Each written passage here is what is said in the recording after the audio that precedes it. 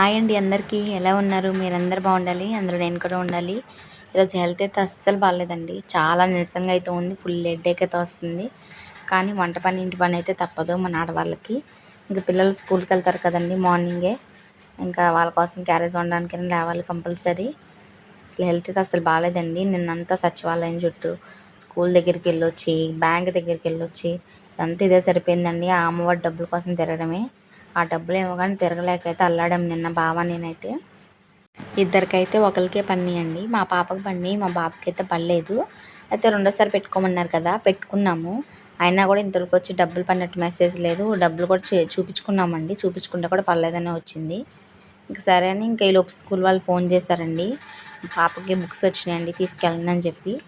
ఇంకా బావేమో చేనికి పోయాడు. ఇంకా సర్లే ముందు బుక్స్ కావాలి కదా పిల్లకని చెప్పి ఇంక అప్పటికప్పుడు వెళ్ళానండి. ఇంకా అక్కడి నుంచి వచ్చేసరికి 11:30 అయింది. నా బుక్స్ తీసుకొని వచ్చేసరికి ఇంకా ఆయన నుంచి మళ్ళీ సచివాలయం అక్కడేనండి, మాకు ఊరి దగ్గరలో బయట ఆటో దిగుతాం కదా అక్కడే. ఇంక సరే మళ్ళీ ఇంటికి వెళ్ళడం ఎందుకు, ఒకసారి ఇక్కడ కనుక్కుందాం, ఎట్లా జిరాక్స్ ఉన్నాయి కదా నాది అని చెప్పి వెళ్ళాను. తీరా అంతసేపు జనం ఉన్నారు నుంచి వెయిట్ చేశాక అన్నట్టు, లేదు బాబు ఆధార్ కార్డు కావాలి, మీది ఒక్కళ్ళదే కాదని అంటే సరే అని ఇంక ఇంటికి వచ్చేస్తున్నానండి. ఇంకా సరే అని మా తోటికోళ్ళకి ఫోన్ చేశానండి, కొన్ని మెసేజ్ వాట్సాప్లో పంపించిద్దని చెప్పి. అది తనకేం కనిపించలేదంటే, ఎదురుగున్నా కూడా తనకు కనిపించలేదు కాగితం. ఇంకా మళ్ళీ వచ్చినట్టు ఆడ నుంచి ఇంటికి రావాల్సి వచ్చింది. ఇంక ఎట్లా మామయ్య ఉన్నారుగా, సరే మామయ్యని తీసుకుని వెళ్దాం అన్నట్టు ఇంక ఇంటికి అయితే బయలుదేరానండి. రిటర్ను వస్తున్న దారిలో మళ్ళీ వాళ్ళే ఫోన్ చేశారు సచివాలయం నుంచి, మీకు ఇంకా ప్రైవేట్ స్కూల్ అకౌంట్ ఉంది కదండి, అక్కడ అకౌంట్ ఒకసారి చూడండి, దాంట్లో కృష్ణ బ్యాంక్లో ఏమైనా పడ్డాయేమో అని చెప్పి అన్నారు. అవును కదా, ఆ సంగతి అసలు మర్చిపోయా. నేను మామూలు ఇక్కడ ఎప్పుడు యూనియన్ బ్యాంక్లో అండి అసలు నాకు పడింది 19 సారి కూడా. పాపకు కూడా యూనియన్ బ్యాంక్లోనే పడినాయి.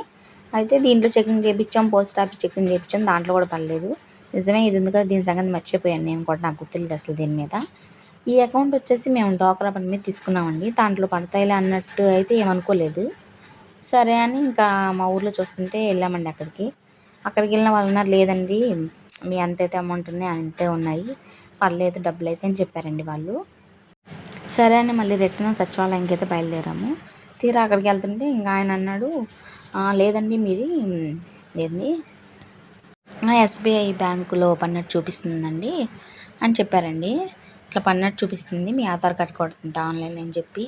అసలు మాకు అకౌంటే లేదండి, నాకుంది మూడే అకౌంట్లు, యూనియన్ బ్యాంక్, ఇక్కడ ఫైనాన్షియల్ అకౌంట్ ఒకటి, ఇంకోటేమో ఇది పోస్ట్ ఆఫీస్ది. లేదని నేను చెప్పినా కూడా నమ్మలేదు తను. అయితే మీ అమ్మ వాళ్ళ దగ్గర ఏమైనా అకౌంట్ తీసుకున్నారని అడిగారు. ఇంకా అకౌంట్ తీసుకున్నారైతే లేదని నేను చెప్పాము. నేను అకౌంట్ తీసుకోలేదండి. అయితే లేదు, ఏదైనా పని మీద తీసుకుని ఉంటారు, ఒకసారి చూసుకోండి, మీకు దాంట్లోనే పన్నట్టు చూపిస్తుందని అయితే చెప్పాడు ఆయన. సచివాలయంలో ఉంటారు కదండి వాళ్ళు. లేదండి అని చెప్పినా కూడా ఆయన అసలు నమ్మలేదు. అయితే ఏం చేశానంటే, పెళ్ళి కాకముందే ఆమె తీసుకున్నారు అకౌంట్ చూడండి అని చెప్పి నేను చెప్పాను. కానీ నాకు చిన్న ఏజ్లో అయితే పెళ్ళి అయింది, 14 ఇయర్స్కే నాకు మ్యారేజ్ అయింది. అసలు అప్పుడు ఎలా తీసుకుంటామండి అకౌంట్, తీసుకోం కదా. నాకు మ్యారేజ్ అయ్యాక ఫస్ట్ అకౌంట్ ఏది నేను తీసుకున్నానంటే మా అబ్బాయి కడుపులో ఉన్నప్పుడు తీసుకున్నానండి, యూనియన్ బ్యాంక్ది. దాని తర్వాత ఈ పోస్ట్ ఆఫీస్ తీసుకున్నా. ఇంకా డ్వాక్రా గ్రూప్ వాళ్ళు వెళ్ళినప్పుడు కంపల్సరీ అందరూ 10 మంది మీద ఉండాలంటే ఇంకా అప్పుడు తీసుకున్నాం అంతేనండి. నాకున్నది ఈ మూడే, ఇంతకు మించి నేను ఎక్కడ ఏది తీసుకోలేదు. అది మళ్ళీ అక్కడ తీసుకున్నట్టు చూపిస్తుందని చెప్పి అని అంటున్నారు వాళ్ళు. నాకైతే అసలు డబ్బులు అయితే పడలేదండి, పొట్టోడికి చాలా బాధగా అయితే ఉంది. అయితే పెనంగంచిపూర్లో అకౌంట్ ఉందని చెప్పాను కదండి, అక్కడైతే ఏం చెప్పారు, డబ్బులు పడలేదన్న సరే నమ్మలేదండి ఈయన. మళ్ళీ అక్కడికి వెళ్ళి ప్రింట్అవుట్ తీపించుకొని రండి, అప్పుడైతే నేను మెయిల్ పెట్టగలను వాళ్ళకి డబ్బులు మీకు పడినట్టు, లేకపోతే నేను చేసేది ఏం లేదన్నారు. సర్లే అని మళ్ళీ పెనంగంచిపూర్ వెళ్ళామండి. అక్కడి నుంచి తీరా అక్కడికి వెళ్ళాక వాళ్ళు చూసి లేదండి డబ్బులు పడలేదు, మీకైతే మీ అకౌంట్లో ఎంతైతే ఉన్నాయో అంతే ఉన్నాయండి అని చెప్పారు.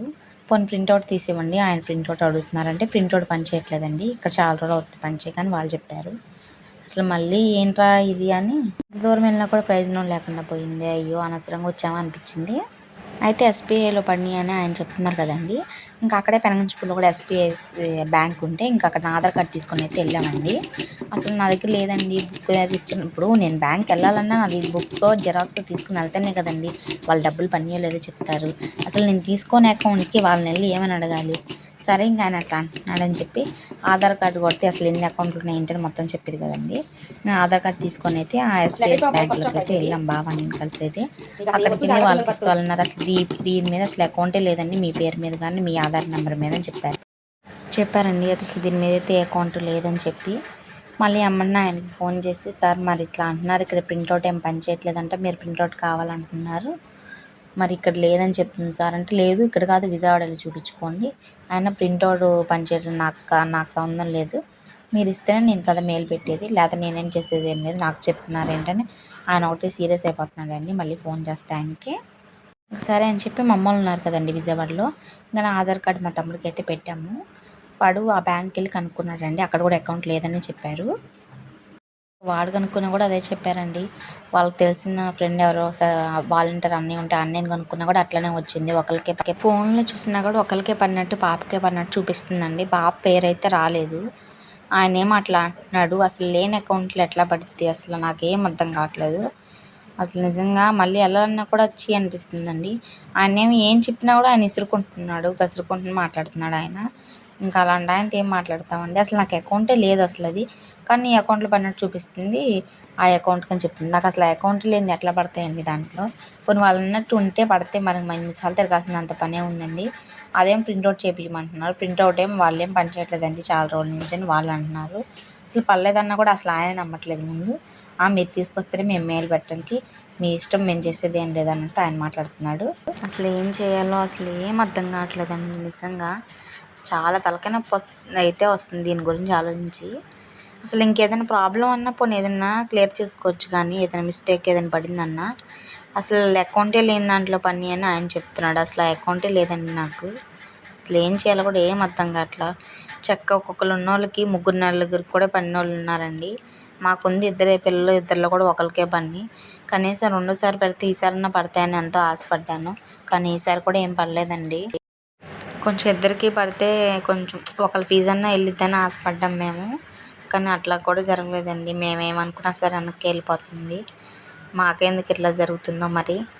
నిన్నంతా అసలు ఆ ఎండకు తిరగడం వల్ల ఒకటే తలకాయ నొప్పి, నీరసం అండి. అసలు ఇంకా అన్నం కూడా తినలేదు బావ. నిన్నంతా ఆ పనే సరిపోయింది మాకు. అసలు నిజంగా తిరిగినా కూడా సుఖం లేకుండా పోయిందండి. అంత తిరిగినా కొంచెం ఏమైనా ప్రయోజనం ఉంటే బెనిఫిట్ అనేది ఏముండే అనుకోవచ్చు. అంత తిరిగి ఎక్కడికి వెళ్ళినా కూడా లేదంటే చాలా నిరాశ అనిపించింది. ఇంకా చేసేదేం లేక నిరాశతో వెనక్కి అయితే వచ్చేసాము. ఇంకా మన చేతిలో అయితే ఏం లేదండి. ఇంకా దేవుడి దయ పడితే పని, లేకపోతే లేదు.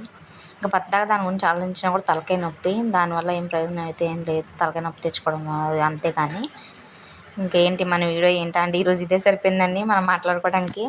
ఇంకా బుడ్డోడు చాలా రోజులు అవుతుంది, మమ్మీ ఎగ్ పులుసు పెట్టన్నాడు క్యారేజ్లోకి. ఇంకా వాళ్ళ కోసం ఎగ్ పులుసు చేసేసాను. టిఫిన్ వచ్చేసి ఇడ్లీ చేశానండి. చట్నీ అయితే ఏం చేయలేదు, మావయ్య తినకూడదని చెప్పారు. చట్నీ తక్కువే చేస్తున్నాను, ఇంత ముందులో అయితే చేయట్లేదు చట్నీ. ఇంకా ఎల్లుల్లిపాయ కారం ఉంది కదండి, ఎల్లుల్లిపాయ కారం నెయ్యి వేసుకొని అయితే తినేస్తారు ఇంక పిల్లలు, మావయ్య. ఇంకా అత్తయ్య నేను కూడా అదే తినేస్తాం. బావేమో అరకి వెళ్ళిపోయాడు కానీ ఇంకా వాళ్ళే తీసుకొస్తారు. బుడ్డోడు పక్క నుంచి వచ్చి హాయ్ అని చెప్తున్నాడు. ఇంకా మన పులుసు అయితే రెడీ అయిపోయింది. వేయించుకున్న గుడ్లు ఉన్నాయి కదండి, అవి కూడా అయితే దాంట్లో వేసేసుకోవాలి. అయితే పులుసు పెట్టేటప్పుడు ఏదైనా సరే నాకు ఒక అలవాటు ఉందండి, చిన్న బెల్లం ముక్క అయితే వేస్తా. అలా వేయడం వల్ల పులుసు టేస్ట్ మరింత బాగుంటుంది. ఆ పులుపు అన్నది ఒకటి కవర్ అయిద్దండి మంచిగా. అట్లా వేయడం వల్ల టేస్ట్ కూడా బాగుంటుందండి. మనం ఏ పులుసు ఇప్పుడు బెండకాయ పులుసులోకైనా ఎగ్ పులుసులోకైనా అట్లా వేయడం వల్ల, నాకైతే మా అమ్మ చెప్పిందండి అట్లా వేయమని చెప్పి, అప్పటి నుంచి అయితే నేను వేస్తాను. ఈరోజు చాలా లేట్ అయిపోయిందండి వంట అయ్యేసరికి కూడా.